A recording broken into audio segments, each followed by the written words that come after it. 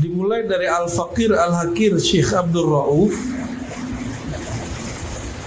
an Syekhina Al-Arif Billah Al-Kamil Mukammil Safiyuddin Ahmad bin Muhammad Al-Madani, bukan Madani, ini teksnya masih tulisnya Al-Madani, Al-Madani Al-Ansari Asy-Syahir bil Qushashi.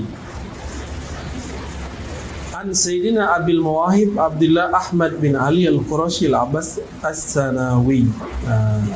Berarti beliau jalurnya jalur Syatariah murni kalau yang ini. Jadi dari Abdul Mawahib Abdullah Ahmad bin Ali, ya.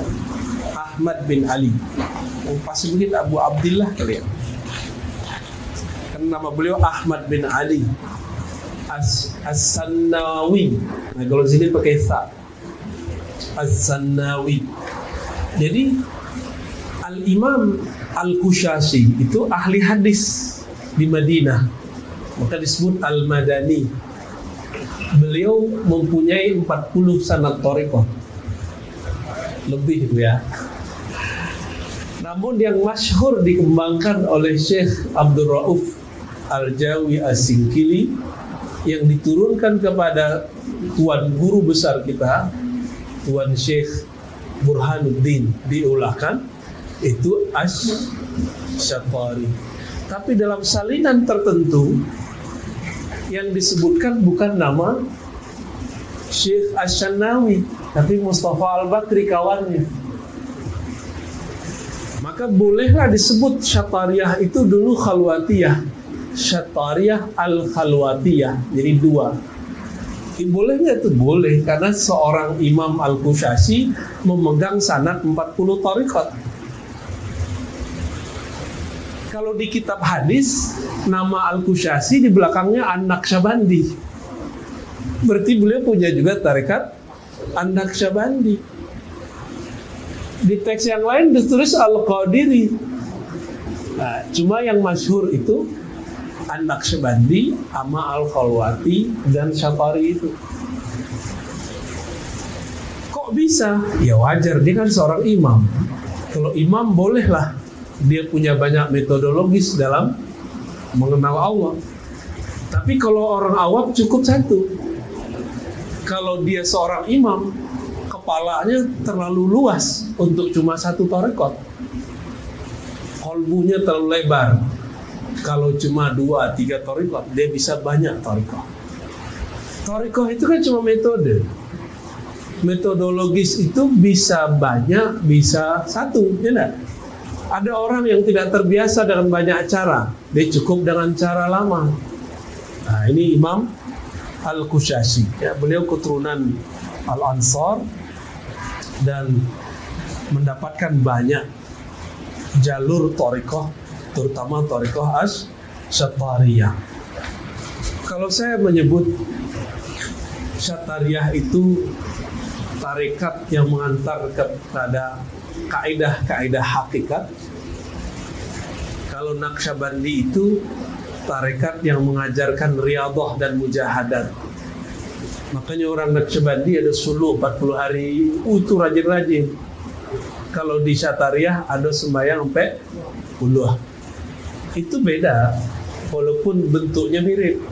Satu pakai khalwat khibah, satu tidak pakai khibah, ya. Apa perbedaan lainnya? Di Syatari banyak mengaji, di Naqsyabandi banyak berzikir. Itu tidak boleh direndahkan salah satunya. Dua-duanya punya kelebihan. Punya kelebihan, Pak, dua-duanya. Kalau orang ahli zikir enggak ngaji, tidak bisa mengibaratkan apa yang dia rasakan. Kalau Syatariyah belum terasa sudah bisa diungkapkan. Kadang-kadang begitu. Maka mereka seharusnya saling tukar ilmu. Harusnya ada majelis mereka bertemu, bukan saling rendah-merendahkan. Begitulah yang kita terima dari masyayikh kita dari masa ke masa. Mereka saling bertemu, saling berbagi, ya. Ini sekedar refleksi mengenai sanad thariqah, ya. Berarti yang masyhur yang ditahqiq diteliti oleh guru saya, Prof. Oman Fatur Rahman. Itu orang Cirebon. Cirebon ini nggak dapat syatariah juga, tapi dari jalur Syekh Abdul Muhi Pemijahan. Ada satu lagi namanya, siapa namanya? Syekh Alam siapa gitu, saya lupa ya. Itu juga sama. Jadi ada beberapa jalur syatariah di negeri kita, minimal 3 itu. Tapi yang masyhur sekarang cuma Ulakan, Pak. Yang Syekh Abdul Muhi, saya belum ketemu lagi nih penjawab penerusnya. Paling ada tuh siapa yang di YouTube itu, Gus Rofik ya. Cuma saya belum cek apakah beliau murni syatariah atau sudah bercampur dengan kearifan lokal Jawa. Ya, wallahu alam, kita nggak ngerti karena saya nggak mempelajari beliau juga. Kitab At-Tuhfah Al-Mursalah ya. Ini karena pertemuannya pendek, saya ambil yang inti-inti aja, Pak. Mau yang inti-inti kan? Nggak mau kan dikasih kitab gundulnya? Alhamdulillah selama beberapa waktu ini Allah isyaratkan saya untuk membuka kitab itu. Pertama kita buka di surau tempat saya dulu bersuluk thariqah di Payakumbuh. Kemudian dengan sahabat saya, murid dari Syekh Ali Imran, Buya Kerajaan. Beliau ternyata pelanjut Syekh Ali Imran ya, khalifah beliau. Dan ini termasuk sanadnya kuat, silsilah ilmunya kuat. Zahirnya bagus, batinnya bening. Cuma kalau nanti ada kalam-kalam dari seberang itu saya nggak ada urusan. Itu urusan bapak saudara lah ya. Oh, syatarinya dia nggak sahih, itu urusan bapak itu ya. Sahih nggak sahih urusannya apa? Ya, urusannya apa? Emang kita bisa menakar isi kolbu orang? Ya, ini kadang-kadang orang sering ngomong, wah itu nggak sahih, yang benar di sini. Itu namanya iklan kecap. Kalau iklan kecap pasti yang dari kita yang paling bagus. Tapi dengan Buya dan kawan-kawan mengundang saya, itu tanda kalau hati sudah terbuka. Ya, alhamdulillahirabbil alamin. At-Tuhfah Al-Mursalah secara harfiah berarti hadiah yang dikirimkan untuk baginda Nabi sallallahu alaihi wasallam. Judul lengkapnya At-Tuhfah Al-Mursalah ila ruhin Nabi sallallahu alaihi wasallam. Beliau memulai dengan kalam tentang al-wujud. Nah, jatuh ntar deh. Nggak punya saku kita. Sebentar ya.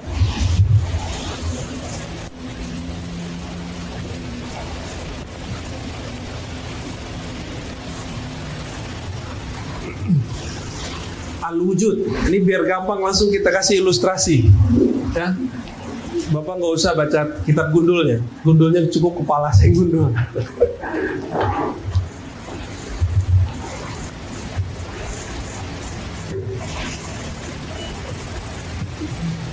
Ada istilah wujud. Lebih nyaman teks Arab atau teks Latin? Latin, oke. Wujud itu bahasa Arab, Pak. Artinya Sang Maha Ada.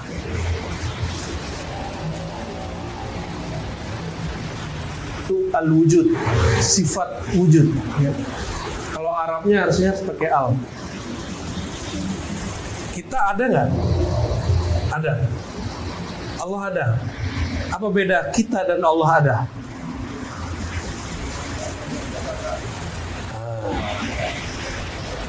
Apa nih? Oke, diadakan. Dia Maha Ada. Dia Maha Ada. Kalau dalam ilmu akidah, pakai ilmu akidah dulu. Akidah itu pakai akal. Nanti baru masuk ke kolbu. Bertahap. Ada mereka baginya kiri kanan. Ada yang bagi. Kalau saya baginya nggak pakai kiri kanan, nggak setara.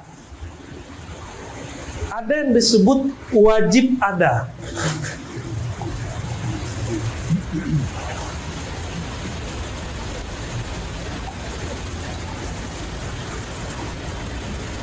wajib ada. Wajib ada itu apa? Kalau bahasa Arabnya mal la yatasawwar fil aqli adamu. Kalau ditulis pakai matematika, negatif kali negatif, hasilnya positif. Yang tidak mungkin tidak ada. Tidak mungkin negatif tidak ada. Berarti wajib, nah itu disebut wajibul wujud. Siapa yang wajib, yang mesti ada dan tidak mungkin tidak ada? Nah, ntar dulu kita sebut al-wujud ini. Ya. Ini nama Allah belum muncul, Pak, belum muncul. Nama Allah itu nanti. Itu kan Allah memperkenalkan dirinya ke Nabi Musa, menyebut dirinya Anallah, akulah Allah. Berarti penamaan Allah itu belakangan. Walaupun nama itu sudah ada dalam al-wujud. Ya. Saya sering contohkan ayam, masih ingat nggak ayam? Ayam sama telur. Gimana caranya? Ini udah sering kita ulang nih biar gampang. Ayam dari telur. Tapi telur dari ayam ya. Ini namanya daur. Daur itu putar. Itu daur. Kece orang awak debat kusir. Putar-putar di situ ada. Ayam dari telur, telur dari ayam. Kece orang, ayam itu menetas dari telur. Berarti ayam dari kece orang setengah. Telur itu dari ayam. Terus mana yang benar? Dua-duanya benar. Cuma bisa jadi ayam yang ini dari telur, telur yang ini dari ayam. Bisa jadi. Maka harus ada yang bukan ayam, yang bukan telur, dan dia lebih dulu ada dari alam ayam dan telur. Dia bisa menciptakan ayam plus juga telur. Nah, berarti kita keluar dari debat ini. Kita sebut dengan wajib. Nah, ini dia. Jadi harus ada yang ketiga, X. Kata orang kimia, harus ada yang X, yang bukan A, bukan B, bukan ayam, bukan telur. Dia bisa menciptakan ayam dan bisa menciptakan telur. Berarti wujud ayam dan telur ini bisa jadi duluan ayam, bisa jadi duluan telur. Bisa jadi itu bahasa Arabnya mumkinul wujud. Nah, kalau dalam ilmu kalam nih taruhnya di samping. Wajib sama mungkin, nggak setara, Pak. Dalam ilmu ma'rifat ini taruhnya di bawah. Dari wajib turunlah istilahnya mungkin.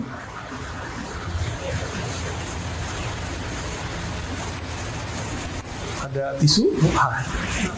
Ada penghapus.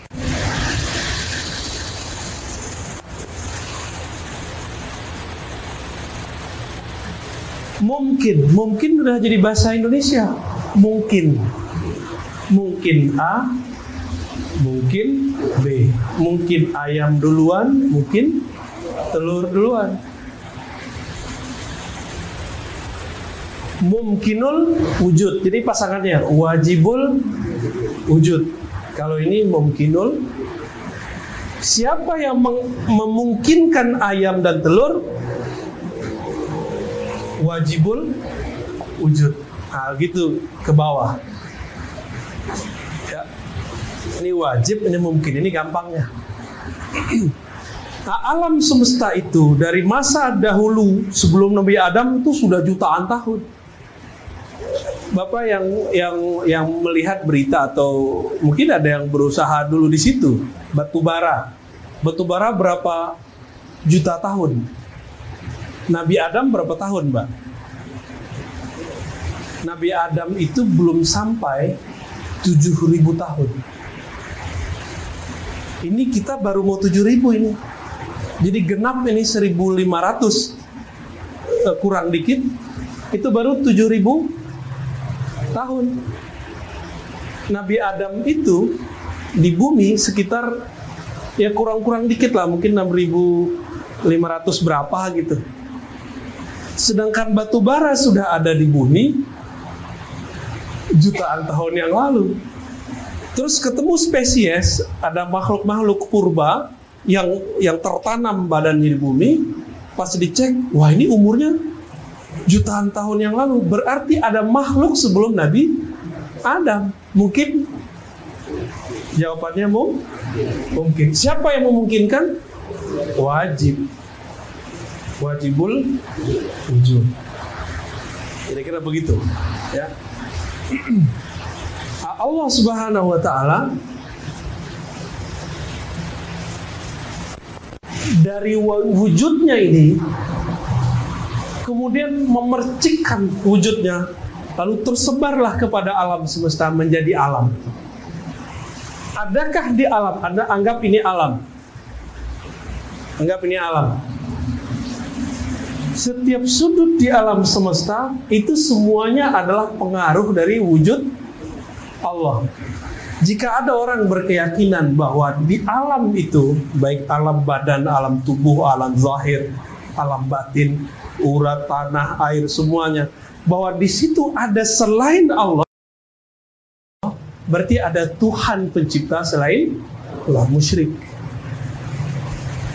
Jadi di meja ini ada percikan wujud Allah, Pak. Tapi percikan wujud yang mana?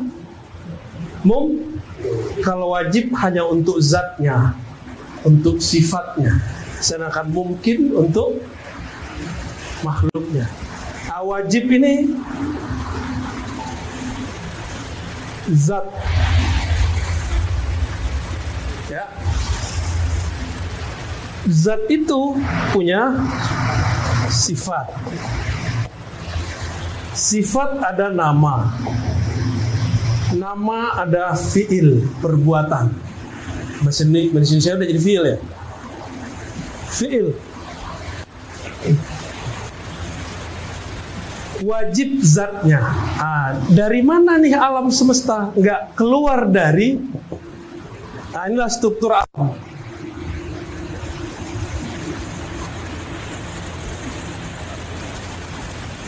Jadi dengan sifat, nama, dan fiil itu ada alam. Maka kalau buka kitab-kitab lama, itu ulama kita supaya merasakan Allah itu ada, mereka kemudian menghubungkan 4 anasir di tubuh. Ini kalau tubuh manusia, anggap alam itu, biar gampang, alam ini kan terlalu banyak. Ulama kita sepakat, alam itu manusia besar. Manusia, alam kecil. Ini sekarang kita jadikan dia adalah manusia. Bansu-bansu Pak. Mudah kok, nggak gampang, nggak sulit kok. Manusia di dalam dirinya ada 4 unsur. Udah kebayang Mbak Buya nih. 1 air, ya nggak? Terus lawan air, di sini nih lawannya api. Di sini ada udara, kayak Avatar ya. Sini tanah. Mau sampai ke alam mana dicari, alam yang zahir ya, itu nggak lebih dari 4 ini Pak. Mau Bapak buka tuh Jupiter, sama. Apalagi planet apapun yang ada di alam semesta itu nggak keluar dari air, udara, api, tanah. Nah, ulama kita dulu menyebutkan air itu kaitannya dengan nama apa, udara nama apa. Itu nggak kaku dan nggak baku. Jadi beberapa ulama menyebutkan air itu nama Allah hayat. Bisa jadi karena ada ayatnya. Kami ciptakan dari air segala sesuatu menjadi hidup. Tapi ada ulama lain menganggap air bukan sifatul hayat. Berarti itu perbedaan ulama memandang. Maka beberapa buku-buku syatari yang dijual di Makom, ada kan? Itu kok buku dijual-jual sembarangan itu Pak. Ya, takut salah paham ntar. Harus ulamanya yang menjelaskan. Yang dijual-jual begitu itu kitab ma'rifat. Kok diobral? Ya. cincin bagus diobral atau harus di toko spesial? Cincin bagus, Pak. Ya. Dijaga di dalam atau dijual di emperan? Di dalam. Itu ilmu rahasia, kasih tahu Pak sama orang sana, Pak. Saya gregetan ngeliat itu. Ini kitab luar biasa ini. Kitab pengajian diri, pengajian syatariah. Kok dijual-jual, itu fotokopiannya jelek lah kan? Nggak ridho, kita nggak ridho, ya. Maka mohon maaf, saya kalau masuk sana ziarah saya nggak nyaman Pak sekarang. Jadi mohon maaf kepada teman-teman syatariah, ya. Saya cinta dengan Syekh Burhanuddin. Tapi kok begitu cara menghormati Syekh Burhanuddinnya, kok gak hormat gitu. Kitab-kitabnya dijual sembarangan. Ya. Akhirnya kesan-kesannya sudah, kalau kesana tuh begini kan. Ya itu ujian bagi kita yang ziarah. Cuma jangan gitu-gitu amat lah, diatur lah itu. Ya. Tapi ya kayaknya aneh ngomong ini dimarahin orang juga nanti. Enggak, ini kita sebagai pencinta ulama-ulama thariqah, terutama Syekh Burhanuddin, ya. Kalau enggak kita yang negur, siapa lagi Pak? Mau ditegur sama Wahabi? Kalau Wahabi langsung syirik. Bagi kita ziarah begitu enggak mau syirik, cuma caranya bikin enggak nyaman. Enggak nyaman, saya enggak nyaman ziarah di situ. Maka cuma berapa 2 atau 3 kali bisnis udah enggak nyaman ke sono. Ya, kita ziarah lewat dari mobil aja. Assalamualaikum Tuan Syekh Burhanuddin, udah gitu aja Pak, Al-Fatihah, berangkat saya. Cuma ngeliat dari jauh aja udah. Baik. Nah, inilah inti pengajian daripada syatariah. Nah, cuma sayangnya ada yang salah paham. Maka muncullah kitab Tanbihul Masyi. Ya. Ini nih disebut, ini hayatnya Allah, ini apanya Allah, ini sifatnya apa gitu ya. Jadi di tubuh kita ini semuanya ada nama Allah. Emang nggak usah jauh-jauh, di air ini ada nama Allah kok. Kalau tidak ada nama Allah di alam semesta, maka alamnya hancur. Pohon kalau sudah mati berarti dia sudah berhenti menyebut nama Allah. Hewan kalau mati berarti dia berhenti menyebut nama Allah. Itu bedanya sama kita. Kita nggak nyebut nama Allah secara kesadaran. Cuma darah yang ngalir itu Pak, dia nyebut nama Allah itu. Sayangnya kita nggak paham. Namun zikirnya bukan zikir ikhtiari. Jadi zikir itu ada 2. Ada zikir ikhtiari, ya, zikir. Ada yang disebut ikhtiari. Ikhtiari itu kesadaran sendiri.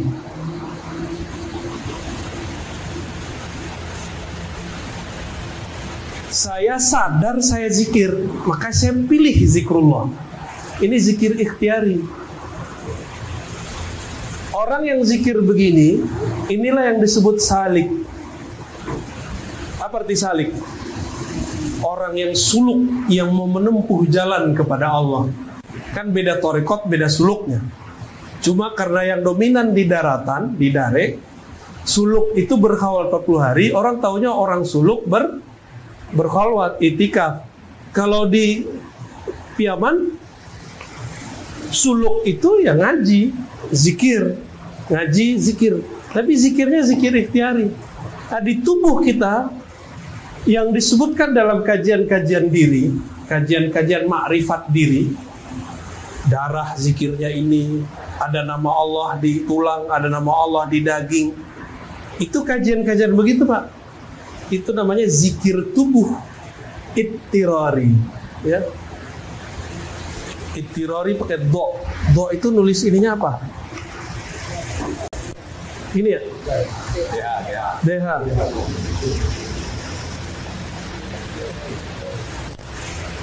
Ittirari apa artinya?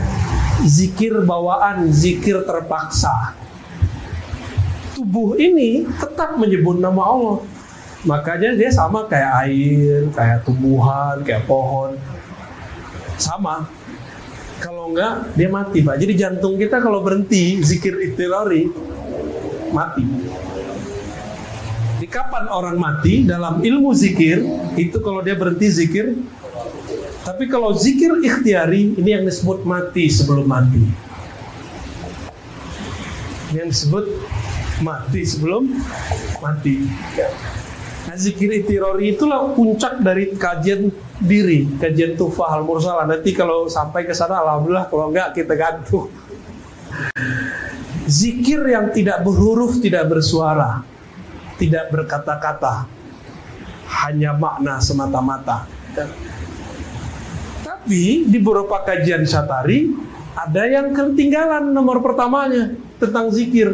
Ternyata zikir itu ada pintunya di depan sini, di ujung kitab. Apa pintunya depan sini? Kata pengarang Tuhfah, kalau engkau ingin wusul kepada Allah, nah ini di ujung kitab nih Pak, udah ujung kitab nih. Sebenarnya kalau sampai di sini udah selesai kajiannya. Pintunya adalah ittiba. Apa arti ittiba? Mengikut kepada sunnahku, zahir ataupun batin. Tidak hanya zahir, tapi juga batin. Batin itu yang mahal. Ini pintunya. Pintu keduanya baru zikrullah. Zikir yang mana? Zikir ikhtiari. Bagaimana zikir ikhtiari? Zikir ikhtiari ini macam-macam. Nah, yang paling puncak, zikir yang tidak lagi menyebut. Dia sudah sampai tataran mengingat. Dari mengingat diangkat lagi oleh Allah kepada muraqabah, merasa dilihat. Diangkat lagi, Allah yang angkat Pak, kepada maqam ihsan. Nah, nanti panjang di situ nah, sekarang kita balik lagi nih.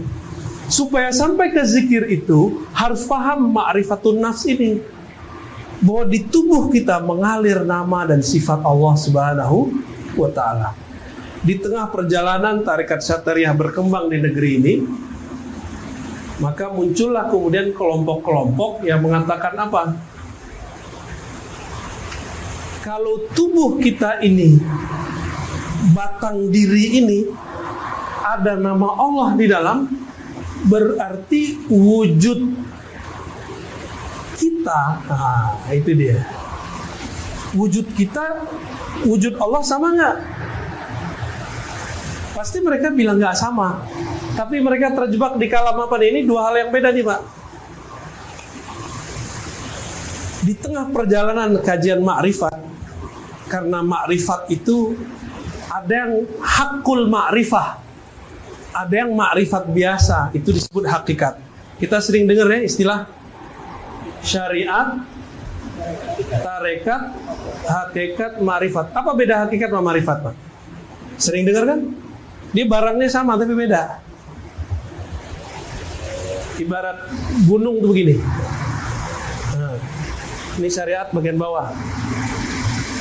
Ada puncak nggak kalau nggak ada kakinya? Ada puncak nggak ada lerengnya? Ada puncak nggak kalau nggak ada punggung? Nggak ada bahunya? Nggak ada. Ma'rifat itu adalah al-haqa'iq al-kulliyah, bahasa Arabnya. Apa arti al-haqa'iq al-kulliyah? Gabungan semua hakikat atau puncaknya. Nah, itu disebut ma'rifat. Jadi ma'rifat itu adalah gabungan hakikat. Hakikat ini lagi tercerai-berai. Sampai di sini syaitan, Azazil, iblis pun ikut serta. Dulu yang ngajar di surga itu kan salah satunya iblis. Dia ngajar hakikat tapi belum sampai ke ma'rifat. Hakikat itu inilah kajian sifat, nama dan fiil. Kalau tarekat zikir, wirid, nah itu tarekat. Kalau syariat amal zahir, amal. Nah, kalau hakikat apa? Tadi apa di sini? Tauhid. Nih tauhid. Kalau di ma'rifat tuh tauhid. Ini Pak, semoga antum kejebak.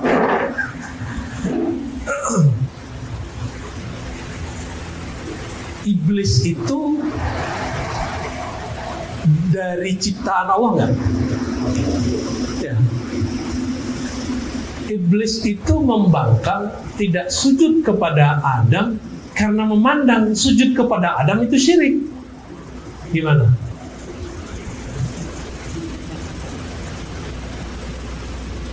Gimana Pak? Ya Allah, kenapa engkau menyuruh aku sujud kepada selainmu? Bisa nggak dia protes begitu? Itu hakikat iblis namanya. Itu level rendah, ada level lebih tinggi. Ya Allah, aku ini bersifat begini kan engkau juga yang menciptakan. Oh. Itu dia nyalain siapa tuh? Ya.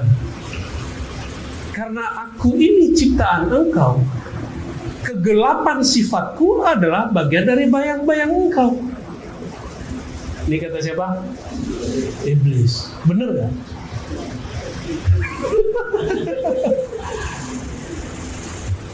Bisa benar, bisa enggak. Yang diomongkan oleh ahli hakikat itu pasti benar.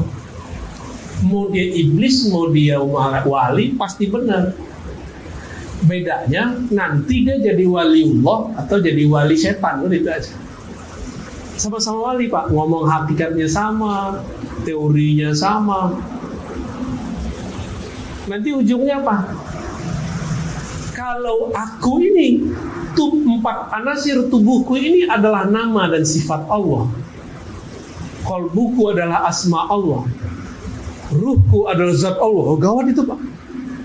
Berarti aku ini Allah dong. Begitu mereka terjebak. Maka berbicaralah salah seorang mereka dulu. Sampailah kabar itu ke Madinah, dibawa oleh Syekh Abdul Rauf. Dilaporkan kepada imam, murid dari Imam Kusyasi. Imam Kusyasi sudah wafat. Muridnya, khalifahnya namanya Imam Al-Qurani, Ibrahim Al-Qurani. Itu ahli hadis juga Pak. Apa laporan yang sampai ke beliau? Ditulis di Tanbihul Masyi. Wujuduna wujudullah. Wujud kami ini wujud. Kenapa? Nah ini akibat ngaji diri nggak pakai guru. Dibaca di lebaran teks. Darah itu, air di tubuh adalah sifat hayat. Wah, begitu Pak. Tulang itu sifat nama qayyum. Macam-macam teorinya. Kulit apa, daging apa. Udah sampai begitu. Berarti tiada dalam diriku kecuali hanya Allah. Kalau begitu, wujudi wujuduhu. Wujudku wujud Allah. Ini zikirnya mereka. Maka mereka gantilah satu zikir yang tadinya itu zikir yang benar menjadi zikir yang menyesatkan. Bahasa Melayunya, zat aku, zat Allah. Nah, itu zikir mereka tuh. Sifat aku, sifat Allah. Asma'ku, asma Allah. Asma itu nama. Fi'ilku, perbuatanku, perbuatan Allah. Sampai di negeri Jawa, Cirebon diganti ingsun. Sifat aku, sifat ingsun. Sama aja kan? Saya udah ketemu Pak, 2 orang yang zikir begitu, matinya mati suul khotimah. Dua-duanya meninggal di WC dan kepalanya diambil oleh malaikat maut, dibentur itu Pak. Hancur kepalanya, berdarah. 2 orang udah. Dan dua-duanya saya udah kabarkan dari masih remaja. Pak, Bang, ada 2 nih, satu orang Minang, satu orang Bugis Betawi. Bang, ini zikir iblis. Ini zikir hakikat, tapi hakikatnya sudah dibelokkan oleh iblis. Sudah dibelokkan oleh iblis. Terus tolong ditinggalkan. Saya khawatir nanti suul khotimah. Saya udah ngomong gitu Pak. Udah gak bisa. Ini saya terima dari guru saya. Kamu kan anak kuliahan, ngerti apa? Ngomong gitu dia. Akhirnya beberapa waktu saya kabarin lagi. Nggak mau dikasih tahu, saya nggak datang lagi ke mereka. Dengar kabar sudah meninggal di WC Pak, kepalanya dibenturkan oleh malaikat maut. Nggak ditunggu dulu, padahal dia keluar dari WC, WC-nya surau, WC-nya masjid. Nggak ditunggu keluar Pak, nggak ditunggu keluar. Yang boleh ngomong zat aku, zat Allah siapa? Hanya Allah, karena kata zat itu ana. Yang boleh ngomong ana itu cuma Allah. Dia sudah ambil tuh haknya. Masih ingat gak dosanya iblis? Sebelum dengan Adam itu iblis sudah punya dosa. Maka kalau kita baca teks Arabnya, Iblis itu punya dosa. Antum ada yang mau khidmah kan? Hapusin. Ada dosanya iblis, hapus semuanya boleh. Aba wastakbara wa kana minal kafirin. Iblis itu aba. Apa arti aba? Enggan. Males-malesan gitu. Males. Disuruh-suruh dia males. Yang kedua, ini yang paling berat, wastakbara. Dia merasa dirinya kibir, besar. Ini mohon maaf nih Pak. Ini Bapak Ibu, nih Bapak nih, gak ada ibunya, datang ke sini berarti sudah menekan kibernya. Berarti insya Allah selamat lah dari sifat iblis ya. Tapi terbersit sedikit saja. Saya lebih ngerti kok. Udah Pak, kena iblisnya. Sama, saya kalau ngomong begitu juga sama. Itulah rahasianya Pak Direktur ya. Saya kenapa kalau mau ngajar itu saya diam dulu. Itu menolkan diri. Lalu saya bacalah nama Allah Ahad. Allah Ahad. Hanya Allah lah yang Ahad. Kemudian Ahmad. Tapi yang berikutnya rahasia. Nggak boleh semua kita sebut. Ntar jadi rame lagi. Apa sifat iblis? Aba wastakbara.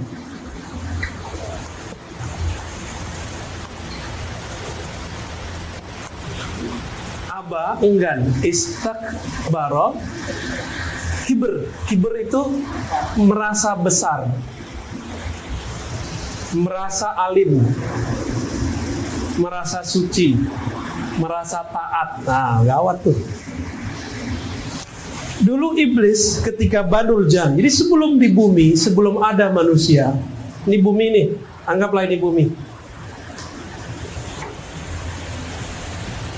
Di bumi ini sudah ada makhluk-makhluk sebelum jin, itu yang disebut makhluk purba. Setelah habis makhluk purba, Allah ciptakan satu klan namanya Banul Jan.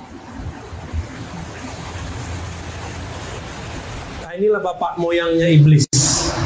Banu anak keturunan Jan. Jadi bapaknya namanya Jan. Yang diciptakan dari yang terang juga tapi api. Kan ada yang terang cahaya, ini terang api.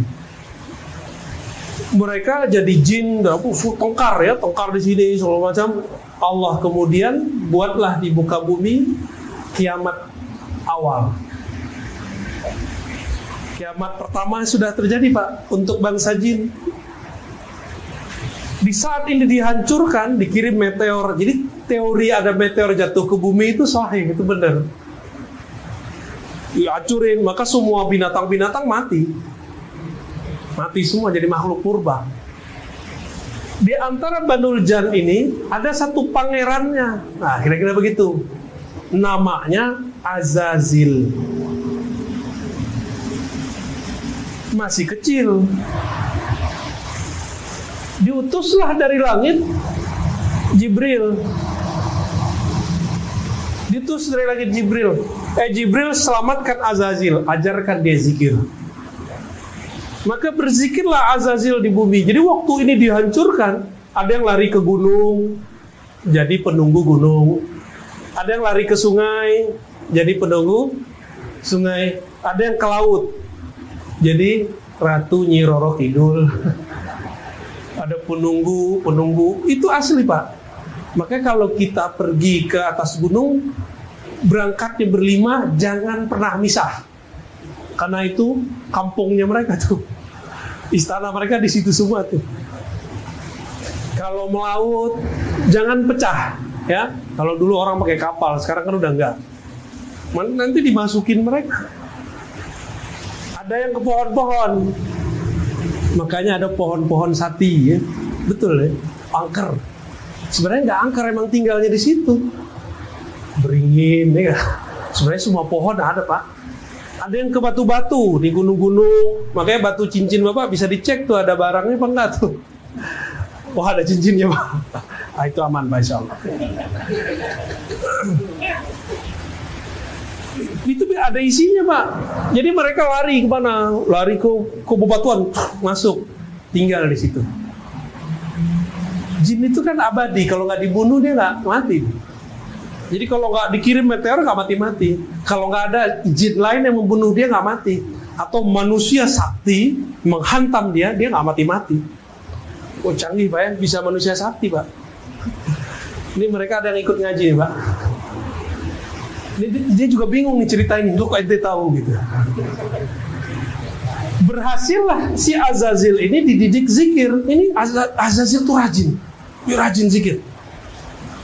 Berzikirlah di bumi sekian lama tahun, sekian ribu tahun, anggaplah 1000. Dibawa ke langit pertama, berhasil 1000 tahun, kedua, ketiga, terus sampai ke-7. Berhasil ke-7, menjadi khazinul jannah. Khazin, apa arti khazin? Penjaga perbendaharaan surga. Di sini dia juga kasih gelar Haris. Haris ini penjaga juga artinya. Kalau ini perbendaharaan, kalau ini surganya dijaga. Malaikat padahal nggak semua dapat izin masuk ke surga. Ada malaikat cuma izin cuma 1, 2, tapi si Azazil bisa tembus. Kenapa Pak? Karena dia zikir. Di sini dia zikir malaikat bumi, di sini dia zikir malaikat 1. Jadi Azazil ini bisa diberikan lebih dari 1 zikir, sedangkan malaikat hanya bisa diberikan 1 zikir, kecuali Jibril. Jadi malaikat tuh kalau dari awal dicipta dia zikirnya subhanallah, subhanallah, subhanallah. Itu aja dari awal dicipta sampai ya. Kalau malaikat Malik tuh nggak bisa senyum Pak zikirnya. Terus siapa kamu? Mukar Nakir sama. Zikirnya Mukar Nakir cuma man robbuka, man robbuka. Saya Tuhanmu. Siapa Tuhanmu? Udah gitu aja zikir. Dia ngerti. Mau yang datang wali gak wali, dia tanya begitu. Tapi kalau wali ntar dia hormat. Siap Pak Wali, lanjut. Maaf, salah tanya. Jangan serius sama Pak belajar agama. Jadi dia bisa zikir malaikat 1, langit 2, langit 3, sakti gitu. Jadi kalau kita mau ngelawan iblis dengan zikir, kalah. Hitung aja Pak, di sini 1000, di sini 7000, udah berapa ribu dah? Ini hitungan saya, bisa jadi lebih. Kan yang di surga belum dihitung. Sehari di surga sama dengan 1000 di sini. Berarti ribuan tahun. Anggap saja nih, dia sudah zikir 10.000 tahun. Anggap. Bapak ada yang zikir 10.000 tahun? Kayaknya disuruh Buya, nih amalkan ini, setengah jam kayaknya handphone udah bunyi-bunyi, wadah. Udah lewat ya. Gak kuat kita. Jadi kalau kita mau ngelawan iblis dengan zikir, kalah. Nah, ini himbau saya kepada para salik. Kalau mursyid udah ngerti lah ya.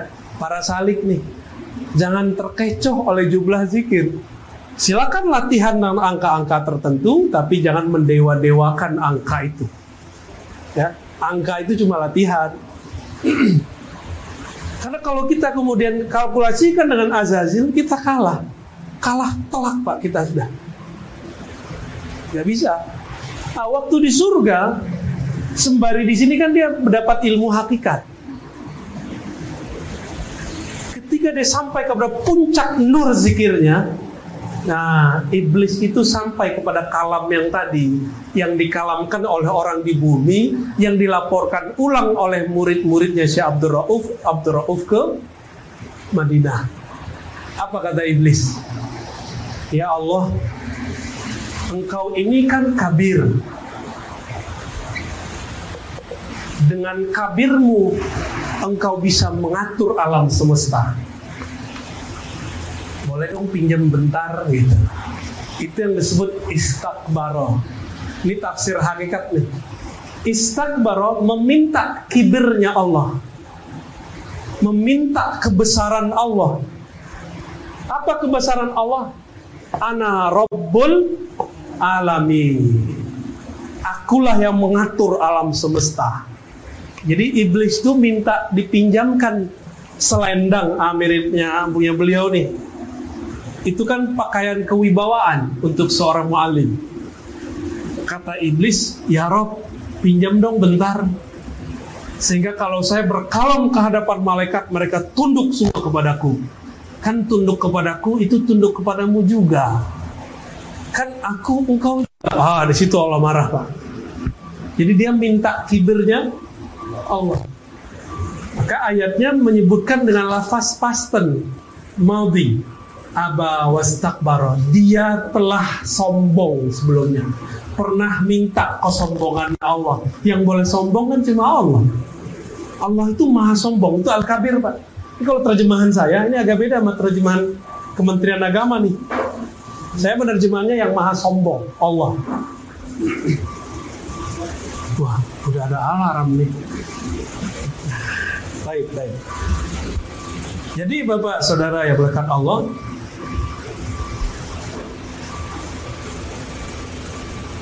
ketika kita belajar hakikat, tidaklah darahku kecuali nama Allah, tulangku nama Allah, apalagi daging, semua sebutkan unsur itu. Tapi kita tidak pernah menjadi Allah. Yang ada, jangankan wujud Allah, terbit bulan purnama bernama Rasulullah, maka semua nabi tidak terlihat. Kalau matahari terbit, bintang bisa dilihat kan? Gak bisa. Kalau Allah terbit dalam diri kita, masih ada gak kita? Maka ketika mereka mengatakan wujuduna wujudullah, itu musyrik. Karena dia masih ada kaminya. Kalau dia menyebut wujud kami, wujud Allah, kaminya hilang. Itulah zikirnya para ulama, la maujuda bihaqqin illallah. Tiadalah yang wujud sebenar-benar wujud kecuali Allah, yaitu wajibul. Kita ini mumkinul wujud. Maka wujud kita ini menjadi hakiki karena dihakikikan Allah. Kalau enggak ada. Itu yang dilaporkan. Dijawab oleh pendek kata oleh Imam Al-Qurani. Apa kata beliau? Jika yang dimaksud lebur wujudmu, tidak lagi wujudmu kecuali wujud Allah, itu ahlul muhaqqiqin, itu ahli hakikat. Tapi kalau kalian maksud ada wujudku, ada wujud Allah dalam wujudku, ini adalah zikir zindik. Bisa bedain ya? Karena sembahyang naik turun, tanahlah di badan awak. Ada kan yang ngomong begitu? Itu zindik, Pak. Itu iblis yang ngomong tuh lewat dia. Wah, ini ilmu hakikat. Coba aja cek, gampang marah nggak orangnya? Itu tanda di dalamnya itu Azazil iblis, bukan Nur Muhammad Sallallahu Alaihi Wasallam. Ya. Jadi bagaimana caranya memahami kitab Tuhfah Mursalah? Saya kasih 3 kalimat aja. 1. Tiadalah wujud di alam semesta melainkan itu percikan dari wujud Allah yang maha wajibul wujud. Tapi Allah wajib, kita mungkinul wujud. Seberapa hebat pun si mungkin ini, tetap dia bukan wujud yang wajib. Ya. Kedua, bagaimana cara merasakan kehadiran, kesadaran mutlak? Jalannya, kata Imam Al-Burhanpuri, pengarang At-Tuhfah Al-Mursalah, cuma 2. Tadi ittiba, mengikuti Nabi, membuang iri dengki, penyakit dalam kolbu. Secara zahir mengikuti sunnahnya Nabi, ajarannya Nabi. Nabi setinggi itu ma'rifatnya, dengan sendal-sendalnya dibawa ke aras, bertemu hadirat Allah berkalam-kalam. Para Allah tidak perlu tempat, tapi ini menunjukkan makom beliau, makomnya harus sampai di aras. Nabi itu kalau mau ketemu Allah nggak perlu ke aras, karena dia sudah tahu klik-kliknya. Ketemu Allah bisa kapan aja, Nabi Muhammad.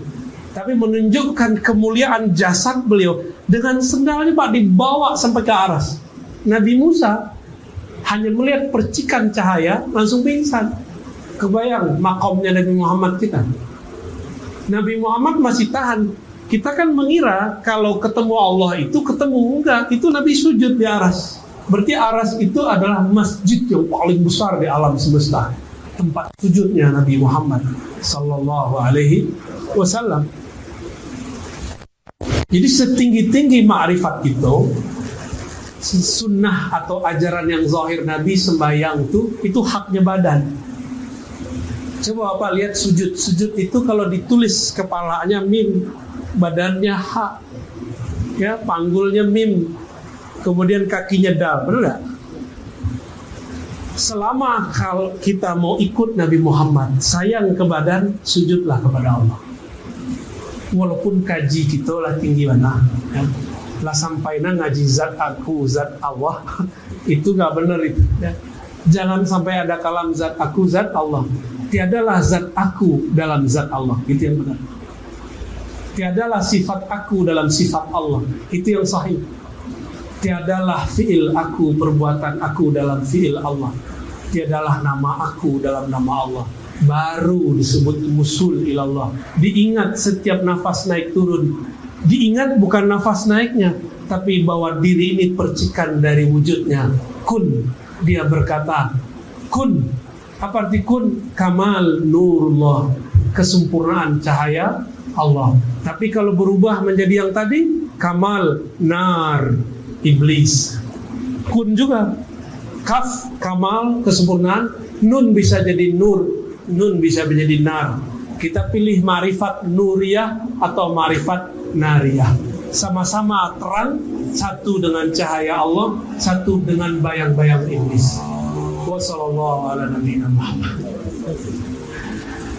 Ini beneran udah selesai? Hah? Wah, gimana nih? Ini katanya ada sahabat kita mau ngajak makan di rumahnya. 5 menit lah, ya, 5 menit boleh. Mungkin ada yang mau dikonfirmasi. Kalau ilmu udah banyak. Ya. Gimana Bu ya? Mau diteruskan atau cukup? Ini syarat nih biar saya makan nih ya. Bismillahirrahmanirrahim. Silakan kalau ada yang mau disampaikan.